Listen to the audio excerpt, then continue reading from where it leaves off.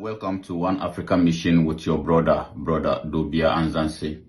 If you are new here, please take time out of your busy schedules to subscribe to our YouTube channel, One Africa Mission. Our Facebook page as well is One Africa Mission, so you can as well like and follow our page, our Facebook page. Yes, we are missionaries, and our mission as young Pan-Africans is to see a united Africa. We believe that only way Africa can overcome her predicaments is to see is a united Africa. We believe that if Nigeria can overcome Boko Haram, it should be a united Africa. We believe that if Somalia can overcome Al-Shabaab, it should be a united Africa. We believe that the collective Africa or the collective black race can only be respected and can play a role in the geopolitics of this world if Africa is united.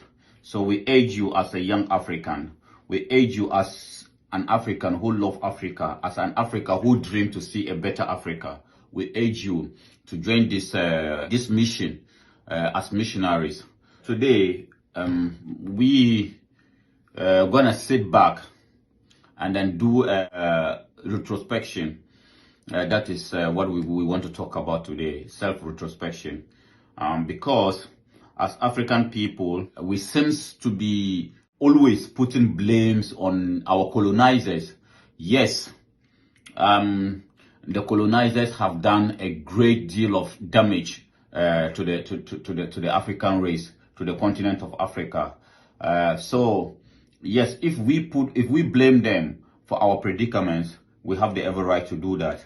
But we as well have to sit back and then do self-retrospection and then see what we did wrong in the past and what we're still doing wrong now.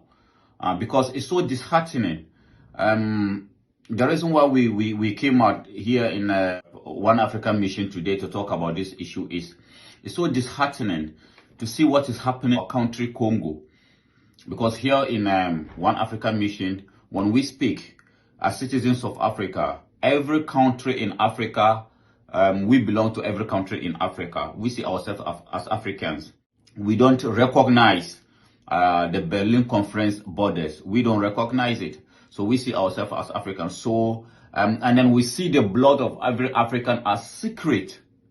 The blood of every single African as secret here in One Africa Mission. So whatever is happening in Somalia, whatever is happening in Congo, whatever is happening in Central African Republic, whatever is happening in Burkina Faso, in the Sahel region, in the Horn of Africa, we see it, or it is affecting us wherever we find ourselves on this planet Earth. It is affecting us. So that is why we said, why all these things are happening. So we need to sit back and do self-retrospection. And then watching or seeing or reading about images coming from Congo is so disheartening. Sometimes I do ask myself as to today, if we are repeating or doing the same thing that King Leopold missionaries and his criminal gang did to our ancestors. The only difference between us and King Leopold is that he was a European criminal who came to Africa, who came to Congo to first of all brainwash our people, in the name of whatever, sending missionaries to brainwash our people. Or the entire continent of Africa. I'm not even limiting or narrowing this to that particular geographical location of Congo. I'm talking about the entire continent of Africa. We all see how our people are going through in Congo, and yet we are doing nothing about it. Nobody is doing anything about it. As a Congolese, I was sharing tears. I saw this old lady crying and narrating what she's been through.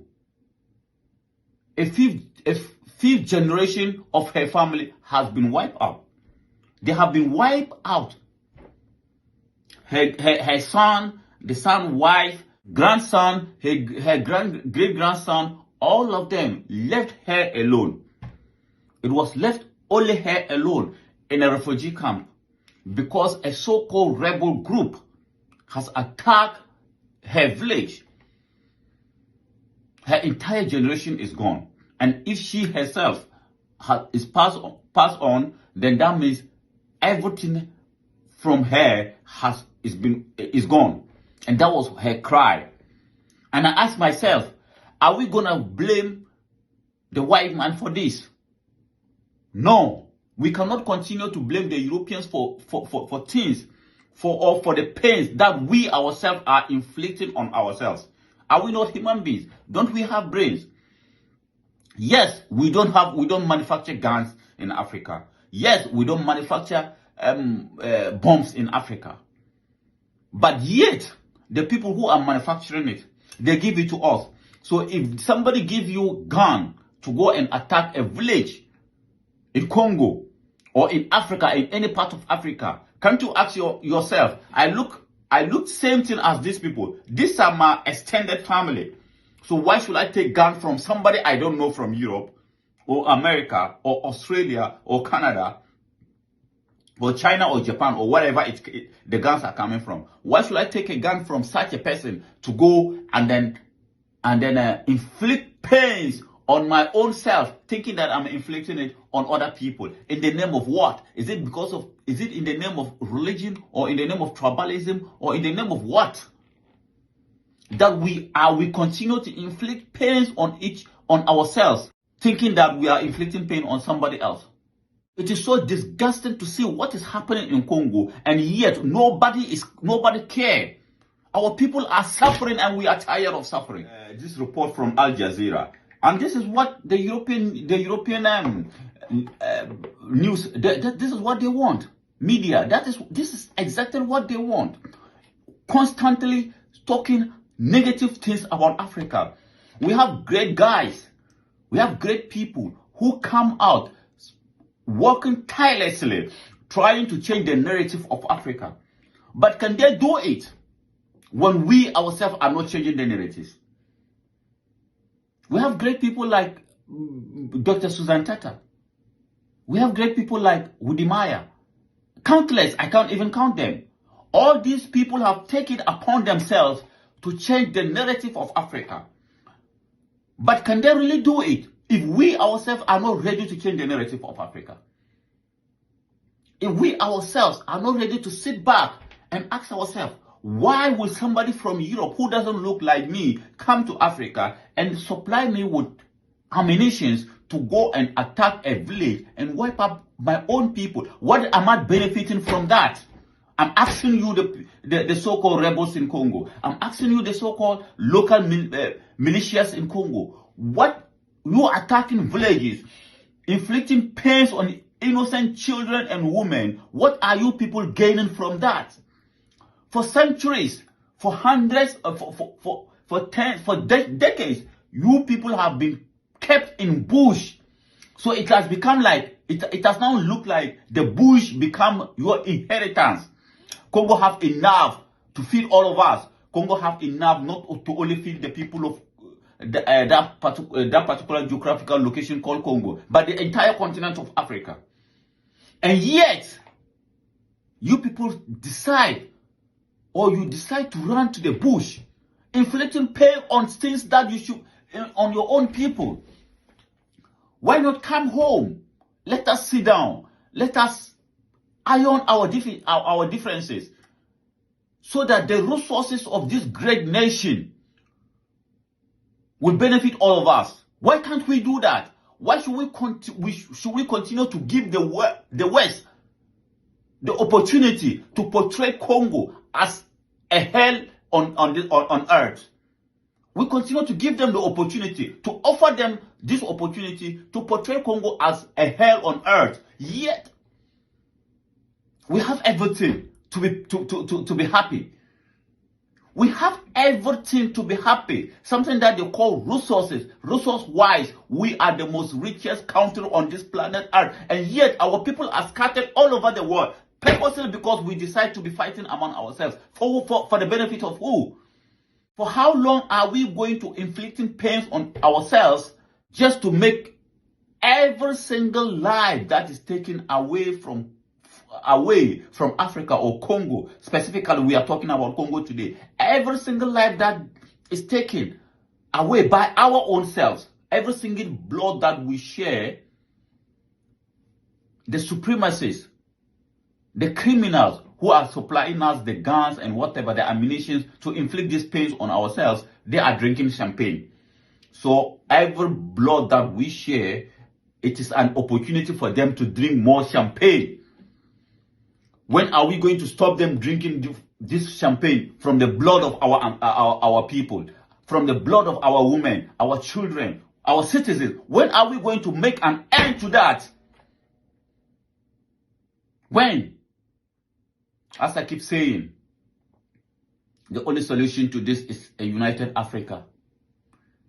As long as we, youth of Africa, as long as we don't come out with ideas and put pressure on our leaders, it is not that our leaders doesn't want a united Africa, but it is just that they cannot talk because they themselves are scared.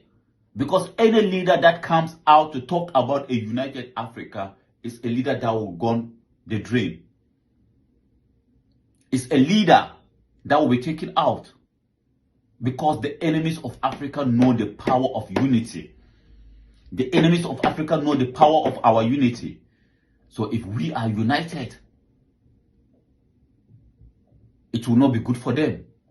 That is why anytime an African leader, since generations from the days of Kwame Nkrumah, to recently Mugabe, to recently Gaddafi, anytime an African leader come out to talk about a united Africa, he should be taken out, because that is a threat to them.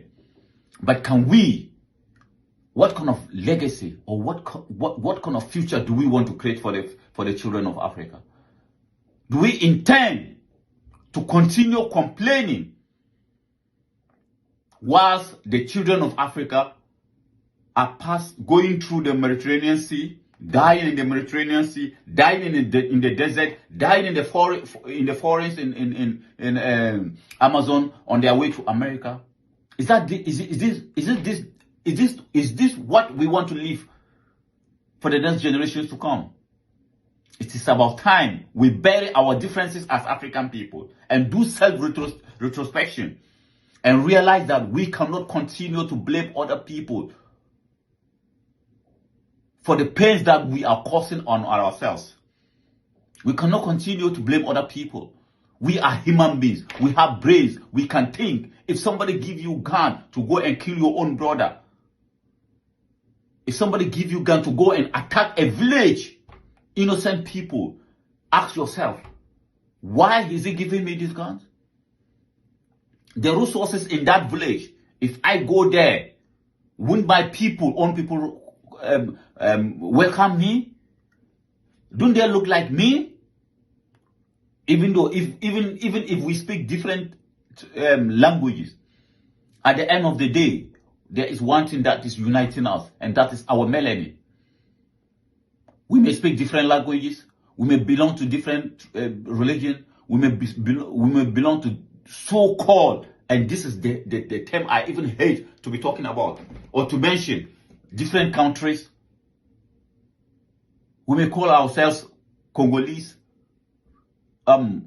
Ethiopians, Ghanaians, Nigerians, Kenyans, but at the end of the day, or Black Americans, or Black British, or Jamaicans, but at the end of the day, there is one thing that is uniting us, and that is our melanin. And there is another one, and it is the same reason why all over the world we have been subjected to all manner or kind of inhuman treatment.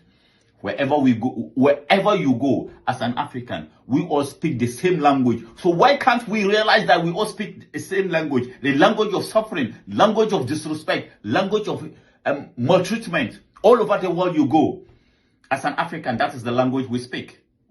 Language of disrespect, dehumanization, language of suffering. All over the world, disrespect. You find yourself in China, the same language. If you meet Black people in China, the language you speak in Kenya, that's the language they're going to be speaking. The Chinese don't like us. The Chinese are treating us like this. If you find yourself in Arabia, Saudi Arabia, as a black person, the language that he's going to be speaking, that is the same language a brother in Burkina Faso is going to be speaking. If you find yourself in Japan, the language the black man is speaking is the same language the brother in Kenya is, in Ethiopia is speaking. If you find yourself in America, the language that the American brother, black brother is speaking is the same language the brother in Seychelles is speaking. Why? Because all over the world, the one thing that is uniting us is the melanin. It's our black skin. All over the world, wherever you find yourself, that is what they are.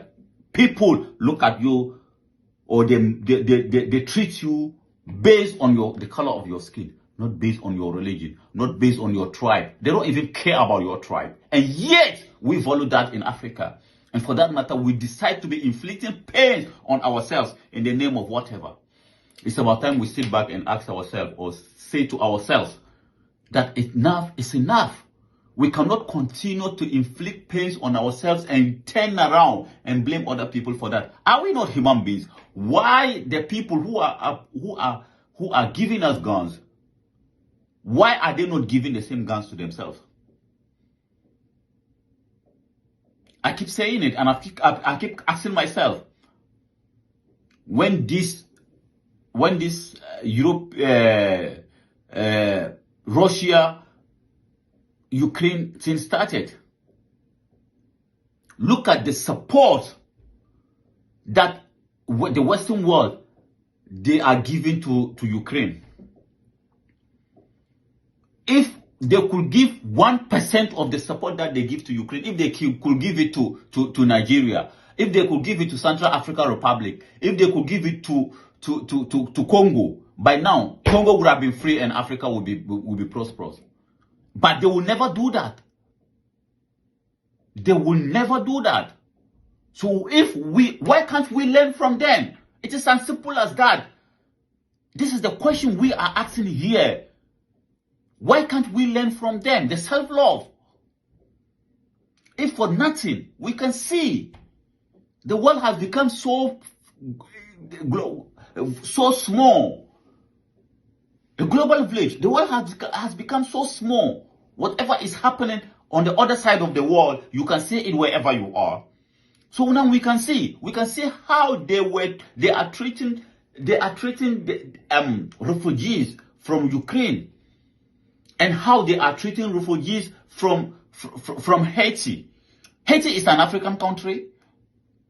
The Haitians are part of us. These are us. I wouldn't say these are our brothers and sisters. This is us. Haitians. We are Haitians. We are Congolese.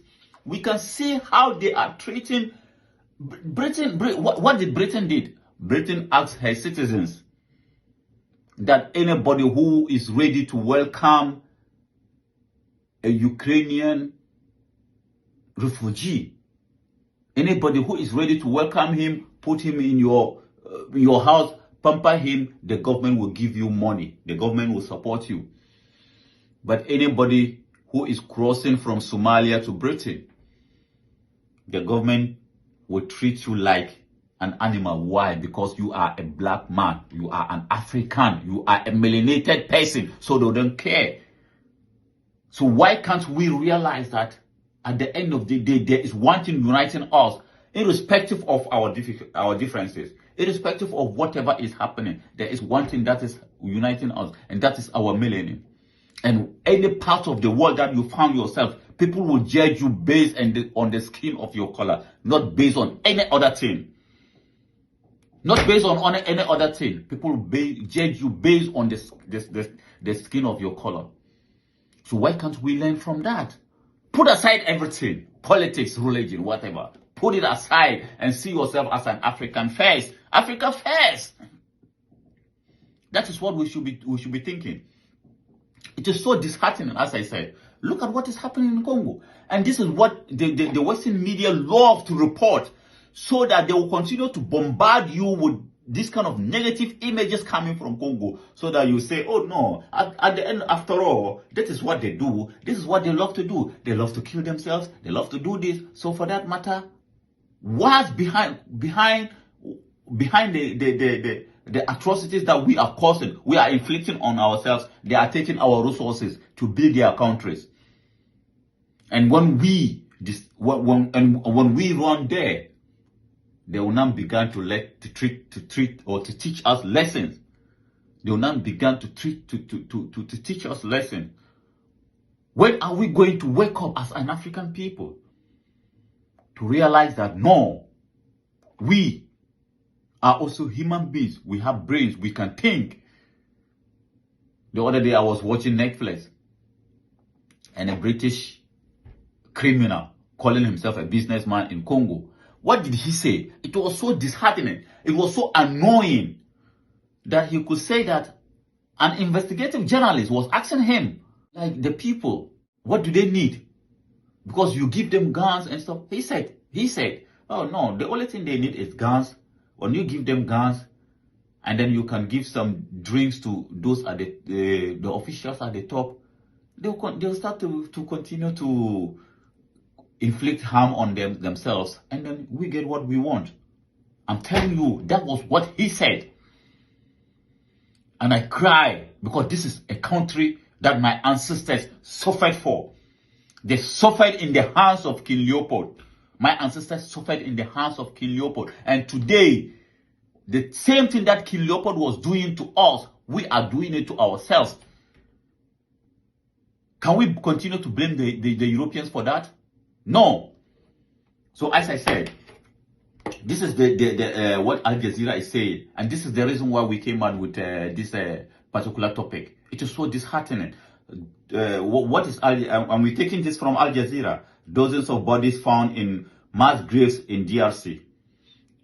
This is our country. This is an African country, and as I said, the blood of every single African should be secret, or is secret to us here in One Africa Mission. Every single blood that is shared in Africa is secret to us here in One Africa Mission. And our mission is to see all these things stop.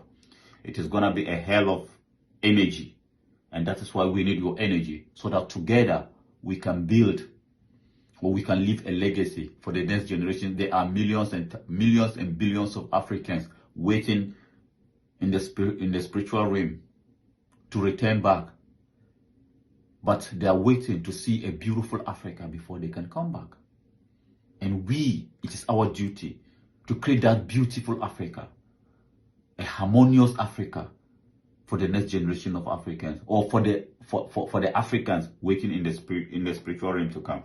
So let me read it, and then so that we can. It said peacekeepers in the DRC, peacekeepers in the Democratic Republic of Congo have discovered mass graves containing the bodies of 49 civilians following a series of attacks blamed on local armed groups. On local armed groups. In that case, these are our own people. And I can tell you that everywhere I, Dobia, have ever been, if you meet the most like interactive people, nice people you can meet are Congolese people. You can meet a Congolese today, and then you feel like you have met for the past 10 years.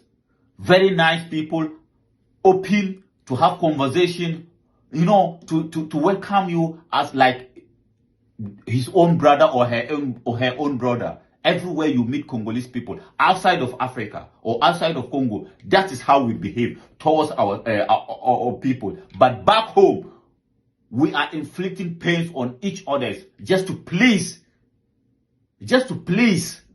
people who does not like us. Because all these pains that we are inflicting on ourselves, it doesn't benefit us. It doesn't benefit Congo, and it doesn't benefit Africa. It always go, as I said, every single blood that we share in Congo is an opportunity for the criminals in the West who are providing us the guns to drink another champagne. Every single blood that we share, every single pain that we cause, we inflict on ourselves, is an opportunity for them to continue to drink champagne, because our blood is the champagne that they drink. When are we going to stop them from drinking this champagne, my people? So it said by local armed groups. Faham Haq, deputy spokesperson for the United Nations, we don't even need them in Congo. We don't even need them. Told reporters in New York on Wednesday that the graves had been uncovered in 2 villages in the northern Turi provinces, about 30 kilometers, 19 miles east of the town of Bunia. So, the other day, the M42 rebels. Why are we doing this to ourselves? Anytime that we decide to have peace, sign peace agreement with whatever rebels that we want to sign with, you're gonna see another armed groups emerging from somewhere. From nowhere, you're gonna see another armed groups emerging from nowhere. Who is providing them these guns? And I don't blame the people providing them the guns. I blame ourselves that as to why, if somebody comes to you and give you gun to go and as an African, there's no way you're gonna give me something to hurt my own brother, even not just an African, but there's no way you're gonna give me anything to hurt another African, then I'll do it. So why can't we think? We have been inflicting pains on ourselves for hundreds and hundreds of years. What did we gain from that? What is the benefit of that? The benefit is that our people are dying in the Mediterranean Sea. Our people are dying in the desert. Our people are dying in the Amazon forest on their way to America. That is the only benefit, and the only benefit we get from inflicting pains on ourselves is disrespect from the people who are giving us the ammunition to inflict that pain on ourselves. That is the only. I'm so pissed today. That is the only benefit that we are getting. Apart from that, we gain absolutely nothing. They use our resources to build their nations and turn back and call us poor countries. Yet, we own the riches of this planet Earth, and Mother Nature didn't make a mistake. Or are we trying to say Mother Nature make a mistake by giving us almost half of the world resources? No. So it is about time we as Africans, and in particular in Congo, it's about time we realize that the people providing us all these ammunitions to inflict pains on ourselves, they do not and will never stop it until we ourselves stop, until we ourselves realize that they are not doing it for our own good. As I said, anytime there is a peace, because recently there has been negotiations by the African Union representatives, by Kenya, the president of Kenya. We salute you, sir. The president of Kenya has been working tirelessly to see peace in Congo. So there have been some progress between the government of Congo and the M23 rebels. And all of a sudden, local armed groups, why do we allow local armed groups have just emerged from somewhere we don't know, and they start inflicting another pains, mass graves. It's so disheartening to see anytime at all we are making progress, then another group will come out and start another chaos on our people. Why? We deserve more than this. But I can assure you, Congo shall prevail. Our ancestors did not name the country Congo for nothing. Congo means leopard. Sorry. I hate that man to the extent that I'll continue to mention his name when I'm talking about Congo. Leopard So we shall rise again. The leopard is the king of the jungle. Congo has suffered enough, but Congo shall rise one day. Even now, Congo will rise, and Africa shall rise. The key to Africa is in the hands of Congo. The key to African prosperity is in the hands of Congo. And the enemies of Africa know that. So you, the African, should realize that and do everything that you can to see a peaceful Congo. If there is peace in Congo, if there's prosperity in Congo, if there's harmony in Congo, the entire continent of Africa will have harmony. I thank you very much for coming. Please subscribe to our YouTube channel.